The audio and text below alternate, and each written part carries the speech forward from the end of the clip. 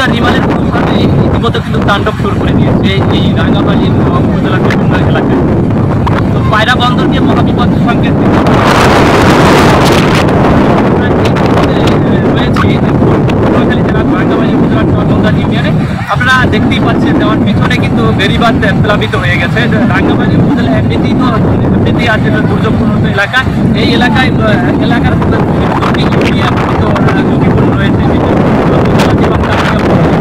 আমরা দেখতে পাচ্ছেন আমি যেখানে রয়েছে সেই বেড়িবাঁধের দাঁড়িয়ে আছে, সেই বেড়িবাঁধ কিন্তু প্লাবিত হয়ে গেছে। প্লাবিত হয়ে মানুষ কিন্তু রয়েছে।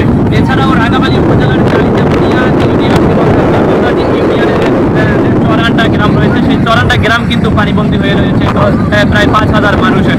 আমরা খবর নিয়েছি চরান্ডাতে, সেখানে জানিয়েছে যে চরান্ডার যেহেতু বেড়িবাঁধ আগে থেকেই 4 কিলোমিটার ভাঙা ছিল, সেই ভাঙা বেড়িবাঁধ দিয়ে কিন্তু পানি প্রবাহিত হয়ে এখন কিন্তু সেখানে 5,000 মানুষ কিন্তু প্লাবিত হয়ে আছে।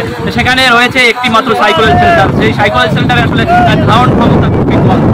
এছাড়াও এই যে স্বাভাবিক যে জোয়ার আজকে প্রবাহিত হচ্ছে, জোয়ারের থেকে 4 থেকে 6 ফুট পানি কিন্তু বৃদ্ধি পেয়েছে। এর ফলেই কিন্তু এই বেড়িবাঁধ প্লাবিত হয়ে লোকালয় পানি প্রবাহিত হচ্ছে। আমরা কথা বলেছিলাম রাঙ্গামালী প্রশাসনদের সাথে, তারা আমাদেরকে যেমনটি জানিয়েছেন যে রাঙ্গামালীতে 92টি সাইকেলের শেল্টার কিন্তু এই ঘূর্ণিঝড় রিমালের কারণে রাখা হয়েছে। এছাড়া শুকনো খাবার, পর্যাপ্ত শুকনো খাবারের ব্যবস্থা রাখা হয়েছে।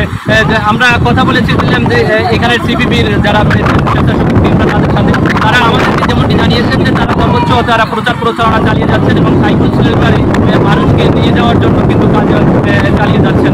তবে এই মুহূর্তে এই রাঙ্গামালী উপজেলার মানুষ কিন্তু তাদের মধ্যে একটা আতঙ্ক বিরাজ করে যাচ্ছে যে বেড়িবাঁধ যেহেতু প্লাবিত হয়ে গেছে, বেড়িবাঁধ প্লাবিত হয়ে ভিতরে লোকালয় পানি প্রভাবিত হচ্ছে, এই পানিবন্দী হয়ে থাকবে কয়েক হাজার মানুষ। এটাই আমাদেরকে আসলে এই অঞ্চলের মানুষ জানিয়েছে। বিশেষ করে এই রাঙ্গামালীর চরমন্দা এবং চালিতাপুরিয়া এলাকার মানুষ কিন্তু ইতিমধ্যে প্লাবিত হয়ে গেছে বলে আমাদেরকে জানিয়েছেন। তো এছাড়া আপনাদের একটু যদি জানিয়ে রাখি যে এই মুহূর্তে যে রাঙ্গামালীর চরমন্দা এবং চালিতাপুরিয়ার বেড়িবাঁধের বাহিরে যে সকল ঘের রয়েছে, মৎস্য চাষিদের যে ঘের রয়েছে, সেই ঘেরগুলোও কিন্তু বেড়িবাঁধের বাইরের যে সেই ঘেরগুলোও কিন্তু প্লাবিত হয়ে কয়েক লক্ষ টাকার মাছ কিন্তু ক্ষতিগ্রস্ত হয়েছে বলেও আমাদেরকে স্থানীয় জেলেরা জানিয়েছেন, মৎস্য চাষিরা জানিয়েছেন। এছাড়া বেড়িবাঁধের বাইরে যে সকল মানুষ বসবাস করে এই উপজেলায়, আপনারা জানেন যে যেহেতু এই অঞ্চলের মানুষ বেশিরভাগই নিম্ন আয়ের মানুষ, এই মানুষগুলো আসলে বেড়িবাঁধের উপরেই বসবাস করে। সেই বেড়িবাঁধের বাহিরের মানুষগুলো কিন্তু ইতিমধ্যে এই পানিতে কিন্তু প্লাবিত হয়ে গেছে।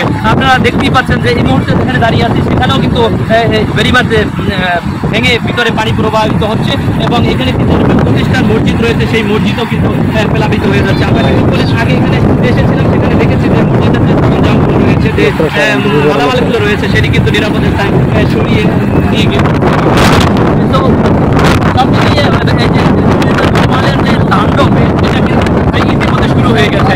তবে স্থানীয়রা জানাচ্ছেন যেহেতু আর কিছুক্ষণের মধ্যে জোয়ারের পানি কমতে শুরু করবে, সেহেতু আতঙ্কটা কম থাকলেও রাতের জোয়ারে যদি আবারও এভাবে পানি বৃদ্ধি পায়, সেক্ষেত্রে কিন্তু একটা বড় ধরনের ক্ষতির সম্ভাবনা রয়ে গেছে এই উপজেলার মানুষের।